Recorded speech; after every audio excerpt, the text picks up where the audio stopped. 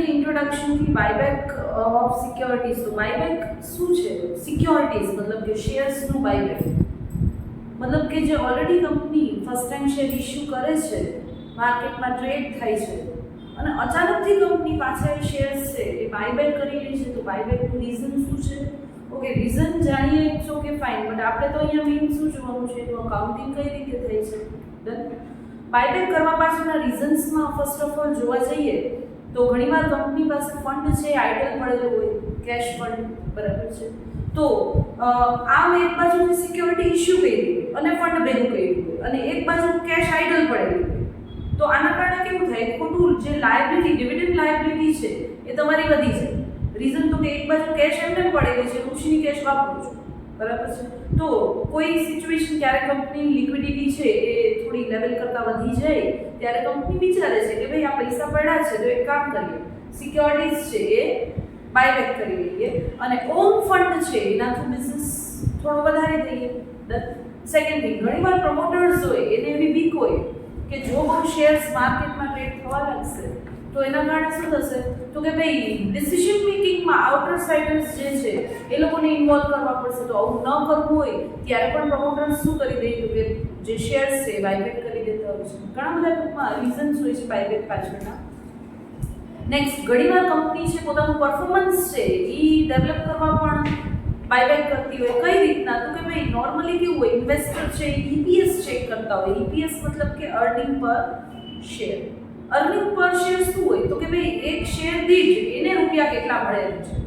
તો એ કઈ રીતના મળે? તો કે નેટ પ્રોફિટ જે યર એન્ડના આવે એના divide by number of share કરી દો તો પર શેર અર્નિંગ તમને જાણવા મળે. અને જેમ આ પર શેર અર્નિંગ વધારે હોય ને એમ સારું લાગે, લાઈક એ લોકોને પરફોર્મન્સ છે એવું લાગે કે આ કંપની સારું અર્ન કરી રહી છે, હવે પર શેર છે એ શેર હોલ્ડરને પેમેન્ટ વધે છે, બરાબર. તો they will invest more money into the company. તો આ બધી સિચ્યુએશન્સ છે એને સારી કરવી હોય તો કંપની શું કરે? લાઈક કે મારો માની લો કે યર એન્ડના પ્રોફિટ આવ્યો 5 લાખ રૂપિયા, બરાબર છે, અને શેર છે, નંબર ઓફ શેર ઇશ્યુડ છે એ માની લો. ચલો, તો હું માની લો કે મારો સી આપણે જોઈએ એક સિચ્યુએશન કે 5 લાખનો યર એન્ડના પ્રોફિટ આવ્યો અને નંબર ઓફ શેર ઇશ્યુ 10,000 છે, બરાબર છે. તો તમારું જે પર શેર અર્નિંગ છે, બરાબર, એ કેટલું આવ્યું? તો કે 50 રૂપીસ. હવે માની લો કે મારે આ પર શેર અર્નિંગ છે એ ઓબ્વિયસલી ફાઇનાન્શિયલ સ્ટેટમેન્ટમાં ડિસ્ક્લોઝ થશે. હવે આ પર શેર મારે અર્નિંગ છે એ વધારવું હોય તો એમ તો અર્નિંગ વધે તો પર શેર અર્નિંગ વધે, પણ બીજો પણ એક ઓપ્શન છે કે તમે જો શેર્સ, નંબર ઓફ શેર્સ છે બાયબેક કરી લો. મતલબ કે માની લો આ 10,000 શેર્સ છે એમાંથી મેં 5,000 શેર બાયબેક કરી દીધા. હવે કંપનીના શેર ખાલી કેટલા? મતલબ 5,000 શેર હોલ્ડર છે ને એને એના પૈસા પાછા આપી, શેર એના લઈ લીધા, કેન્સલ આઉટ કરી દીધા અને એને એના પૈસા પાછા આપી દીધા. તો હવે નંબર ઓફ શેર કેટલા રહ્યા? 5,000.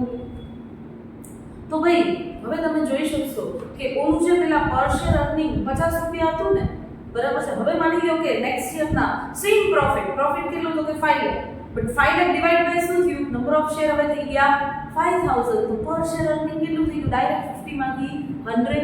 તો પર શેર અર્નિંગ છે એ ખાલી અર્નિંગ વધવાના કારણે જ ના વધે. જો નીચે ડિનોમિનેટરમાં નંબર ઓફ શેર ઘટી જાય તો પણ EPS વધી જાય. તો આવા ઘણા બધા રીઝન્સ હોય કે જેના કારણે કંપની છે શેર બાયબેક કરતી હોય. પણ ખાસ વસ્તુ ધ્યાનમાં રાખવાની એ છે કે બાયબેક છે એ મન થાય ત્યારે કંપની કરી શકે નહીં. કંપનીઝ એક્ટની ગાઈડલાઇન્સ છે એના માટે, બરાબર, સેક્શન છે એના માટે કે જે ગવર્ન કરે છે કઈ રીતના બાયબેકની પ્રોસિજર થશે. તો થિયરીનો ક્વેશ્ચન નંબર 1 છે, બરાબર છે, એ ખાસ જે ફર્સ્ટ ABCDE છે જે મેં તમને આપેલા છે થિયરીની અંદર ક્વેશ્ચન નંબર 1 માં, એ આપણે જે હમણાં ડિસ્કસ કર્યા એ રીઝન્સ છે. દેન આફ્ટર કંપનીઝ એક્ટના જે પ્રોવિઝન છે એ ઇમ્પોર્ટન્ટ છે કે ભાઈ કંપનીઝ એક્ટની અંદર શું કીધેલું છે? તો કે સેક્શન 68 છે, બરાબર છે, એ બાયબેક રિલેટેડ છે. એ બધા પ્રોવિઝન ફોલો કરશો તો જ તમારું બાયબેક વેલિડ કહેવાશે, અધરવાઇઝ છે એ વેલિડ કહેવાશે નહીં. અચ્છા, હવે કંપનીઝ એક્ટ 68 શું કહે છે? તો એના માટે તમને સૌથી પહેલા તો કહે છે કે sources out of which company can buy back the securities. કયા સોર્सेस છે કે જેમાંથી પૈસા વિથડ્રો કરી અને શેર હોલ્ડરને પેમેન્ટ કરી અને પોતાના શેર્સ કંપની બાયબેક કરશે. તો ભાઈ એમાં કયા સોર્सेस છે? તો અહીંયા ત્રણ સોર્सेस કંપનીઝ એક્ટની અંદર આપેલા છે કે જેમાંથી તમે શેર્સ છે એ બાયબેક કરી શકશો. Number 1 is free reserve. Free reserve માને પીએનએલ છે, જનરલ રિઝર્વ છે. ડન. આ બધા એક્ઝામ્પલ્સ છે કે જેમાંથી તમે શેર્સ બાયબેક કરી શકો. Then after security premium. Security premium તમારા રિઝર્વ એન્ડ સરપ્લસમાં પડ્યું છે. માની લો તમે શેર ઇશ્યુ કરતા ટાઈમે જે પ્રીમિયમથી શેર ઇશ્યુ કર્યા હોય એ પ્રીમિયમ તમારા બેલેન્સ શીટમાં પડ્યું હોય તો એ પ્રીમિયમનો પણ યુઝ કરી શકો શેર હોલ્ડરને પેમેન્ટ કરવા માટે.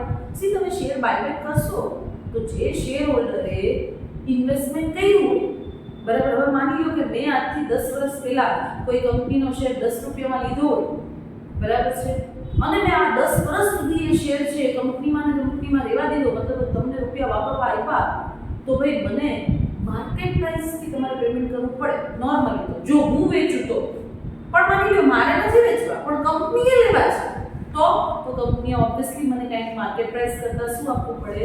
વધારે અમાઉન્ટ. બરાબર છે. તો એ ડિબેટ ડિસ્કશન્સ એ લોકો વચ્ચે જે કંઈ પણ થશે એના અંદર એ લોકો પ્રાઇસ નક્કી કરશે, but the price will always be more than market price. બરાબર, કોમન સેન્સ છે.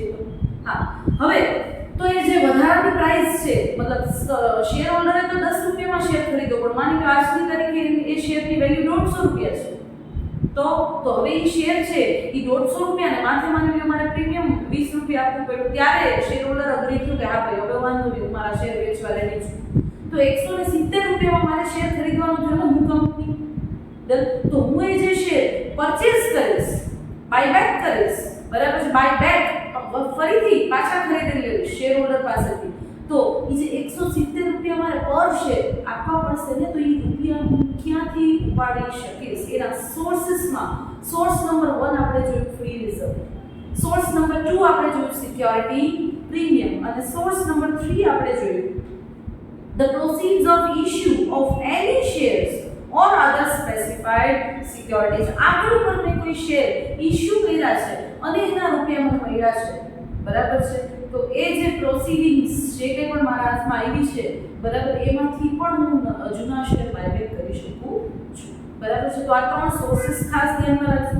સી બાયબેકમાં થિયરી ક્વેશ્ચન છે, એમાં ક્વેશ્ચન નંબર 1 છે ને એ થોડો ઇમ્પોર્ટન્ટ છે, બરાબર. તો આના કંપનીઝ એક્ટના પ્રોવિઝન આપણે યાદ રાખશું. ઉપરથી એટલા માટે આ બધી વસ્તુ પણ આપણે કરીએ છીએ.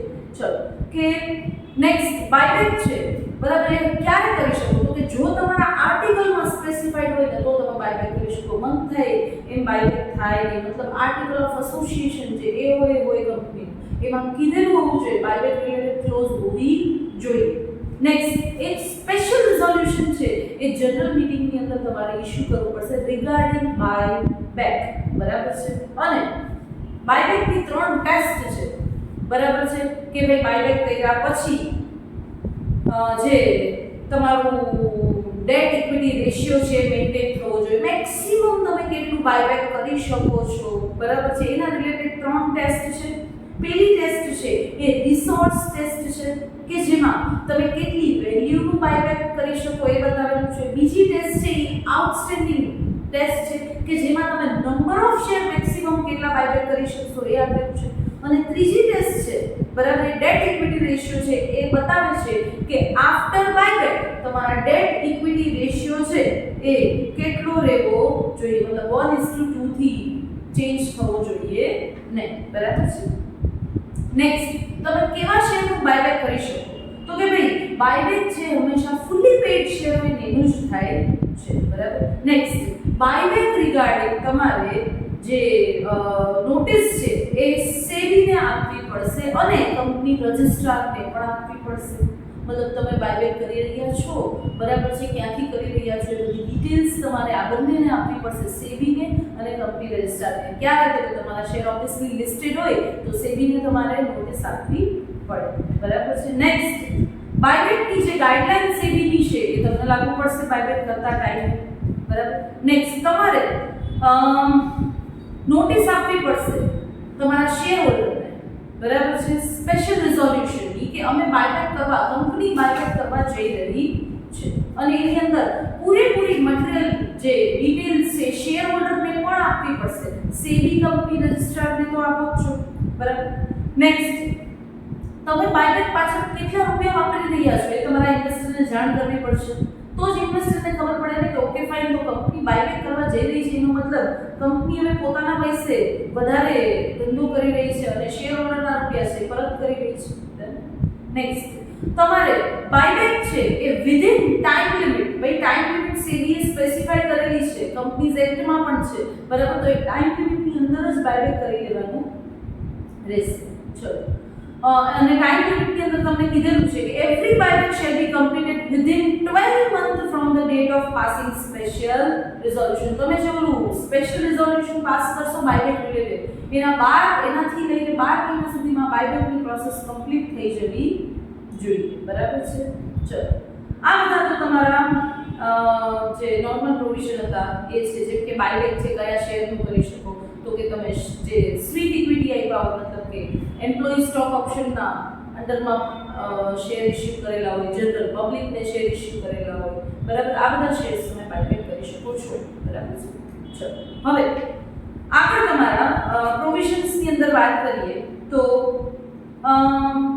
બાયબેક જે તમે કરેલા છે શેર એ 7 દિવસની અંદર તમારે શું કરી લેવા પડશે? કેન્સલ આવે. એ ઓબ્વિયસ છે ને યાર, તમે શેર ઇશ્યુ કર્યા, હવે શેર હોલ્ડર જ ના રહ્યા, તમે રૂપિયા પરત કરી લીધા, તો જે તમે શેર ઇશ્યુ કરેલા હોય તમારે એક્સટિંગ્યુશ કરવા પડે, મતલબ કેન્સલ આઉટ કરી દેવા પડે, બરાબર છે. ચલો, નેક્સ્ટ પ્રોસિજરની અંદર અગર આપણે વાત કરીએ તો રિટર્ન એક ફાઇલ કરવું પડશે સેબીના આફ્ટર બાયબેક. સી પહેલા બાયબેક, તો બાયબેકની પહેલા તમારે સેબીને અને કંપની રજિસ્ટરને નોટિસ આપવી પડતી, બરાબર, ડિટેલ આપવી પડતી, પણ બાયબેક થઈ ગયા પછી પણ તમારે એક રિટર્ન ફાઇલ કરવું પડશે, એક સેબીને અને એક કંપની રજિસ્ટ્રાર. નેક્સ્ટ, જો કોઈ ડિફોલ્ટ થશે આ પ્રોસેસની અંદર, મતલબ કે ડાયરેક્ટર્સ છે જનરલી લાયબલ હોય, આ બધી પ્રોસિજર એ લોકો મેનેજમેન્ટ છે એમાં તો જનરલી જે ઇન્સ્ટ્રક્શન આપે એ ફોલો થતી હોય, પણ ડાયરેક્ટરનું આ કામ છે બાયબેક રિલેટેડ. તો જો કોઈ ડિફોલ્ટ આ કોઈ પણ પ્રોસિજરમાં જોવા મળશે સેબીને કે કોઈને પણ, બરાબર છે, તો શું થશે? Company may be punishable with a fine which shall not be less than ₹1 lakh, બરાબર. 1 લાખથી ઓછો તો ફાઇન થશે, 1 થી વધારે થશે, બરાબર, which may be extended to 3 lakh.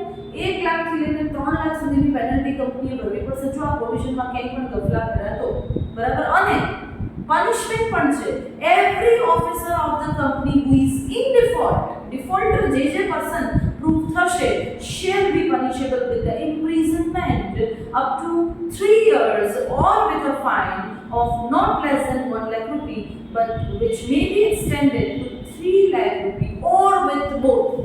મતલબ કે દરેક ઓફિસર કે જે ડિફોલ્ટર તરીકે પ્રૂવ થશે એને કાં તો પેલા ડિપેન્ડ કરશે સેબી ઉપર, બરાબર, કાં તો એને 1 થી 3 લાખની અંદર કોઈ પેનલ્ટી ઓર્ડર આવશે તો પેનલ્ટી ભરવો પડશે, કાં તો જેલ થશે, જેલ કેટલી મેક્સિમમ અપ ટુ 3 યર્સ થઈ શકે છે, અથવા તો બંને પ્રપોર્શનમાં આવી શકે છે. તો ટૂંકમાં આ પ્રોવિઝન કે તમારે બ્રેક કરવાના થશે. નેક્સ્ટ, ખાસ વસ્તુ હવે આપણા અકાઉન્ટિંગ માટે ઇમ્પોર્ટન્ટ છે પોઈન્ટ નંબર 11, બરાબર છે. થિયોરીની અંદર આપણે એક પોઈન્ટ ઉપરથી જોઈએ છીએ, બરાબર. હવે પોઈન્ટ નંબર 11 કે છે એ રીડ કરું છું, અહીંયા નામ જોઈએ, આપણે જ્યારે અકાઉન્ટિંગ કરશું ને ત્યારે આપણા માટે ઇમ્પોર્ટન્ટ છે. Section 69(1) states that where the company purchases its own shares out of free reserve or security premium, a sum equal to nominal value of shares so purchased. ભાઈ એક તો પહેલા અંડરલાઈન કરજો, નોમિનલ વેલ્યુ ઓફ શેર્સ. ભાઈ વાત કરે છે કે જ્યારે કંપની બાયબેક કરશે આઉટ ઓફ ફ્રી રિઝર્વ કે સિક્યોરિટી પ્રીમિયમ, ત્યારે એને શું કરવું પડશે? તો કે એક અમાઉન્ટ અલગ કરવી પડશે. કેટલા પૂરતી? તો કે sum equal to nominal value of shares so purchased and shall be transferred to capital, underline કરજો ભાઈ દસીને, capital redemption reserve account. મતલબ કે તમે જેટલી નોમિનલ વેલ્યુનું બાયબેક, સી બાયબેક ત્યારે તમે નોમિનલ વેલ્યુ એ ના કરતા હોય, બાયબેક તો તમે માર્કેટ પ્રાઇસ થી ઉપરની પ્રાઇસ મેં હમણાં જ તમને કીધું કે ભાઈ નોમિનલ વેલ્યુ એટલે તો શું તો કે ફેસ વેલ્યુ 10 રૂપિયાનો છે પણ કાઈ 10 રૂપિયામાં હવે માની લો શેર હોલ્ડરે બિચારા 10 વર્ષ પહેલા શેર 10 રૂપિયામાં લીધો હોય તો તમે એને આજની તારીખે 10 રૂપિયામાં એને થોડી પરત કરી શકો તો આજની માર્કેટ વેલ્યુ પ્લસ કંઈક પ્રીમિયમથી તમારે એને પાછો આપવાનો તો તમે પરત જે વેલ્યુ કરો છો ધેટ ઇઝ ડિફરન્ટ થિંગ પણ તમારે આ સેક્શન 69 પ્રમાણે નોમિનલ વેલ્યુનું CRR ઊભું કરવું પડશે બેલેન્સ શીટની અંદર જ્યારે તમે બાયબેક કરો છો ત્યારે CRR মানে કેપિટલ રિડક્શન રિઝર્વ પણ કેટલી વેલ્યુનું ખાસ નોમિનલ વેલ્યુ જે વેલ્યુથી તમે બાયબેક કરો છો એ વેલ્યુ નહીં બરાબર છે હવે આગળ કે છે કે શેર્સ છે તમે ઓબ્વિયસલી ફુલી પેડ શેર જ બાયબેક કરી શકો છો એના પછીનો પોઈન્ટ છે એવું કહે છે કે CRR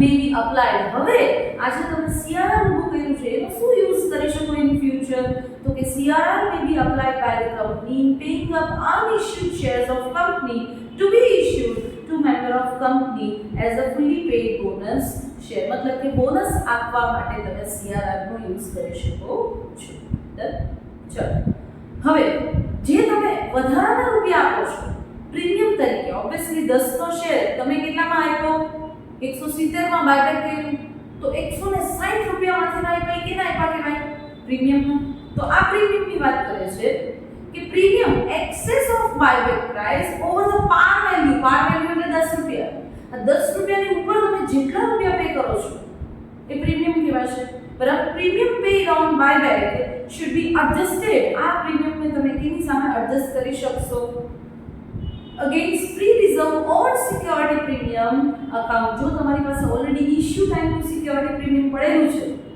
બરાબર છે મતલબ ત્યારે તમે પ્રીમિયમ થી કલેક્ટ કર્યા હતા હવે પ્રીમિયમ પે કરો છો તો તમે એ પ્રીમિયમ સામસામે સેટ ઓફ કરી શકો છો અને જો સિક્યોરિટી પ્રીમિયમ ના હોય તો ફ્રી રિઝર્વ ચાલશે મતલબ PNL છે જનરલ રિઝર્વ છે revaluation represent unrealized profit and hence it cannot be used for buyback buyback માટે તમે એક revaluation reserve નો ઉપયોગ કરી શકો ને ખાલી કયું રિઝર્વ ચાલશે ફ્રી રિઝર્વ ડન ચલો બસ આ જોઈ છે એ આપણા માટે મોસ્ટ ઇમ્પોર્ટન્ટ હતી બરાબર છે હવે આના બેઝ આપણે લોકો સમ્સ જોવાના છે બરાબર પ્રેક્ટિકલ સમ જોઈએ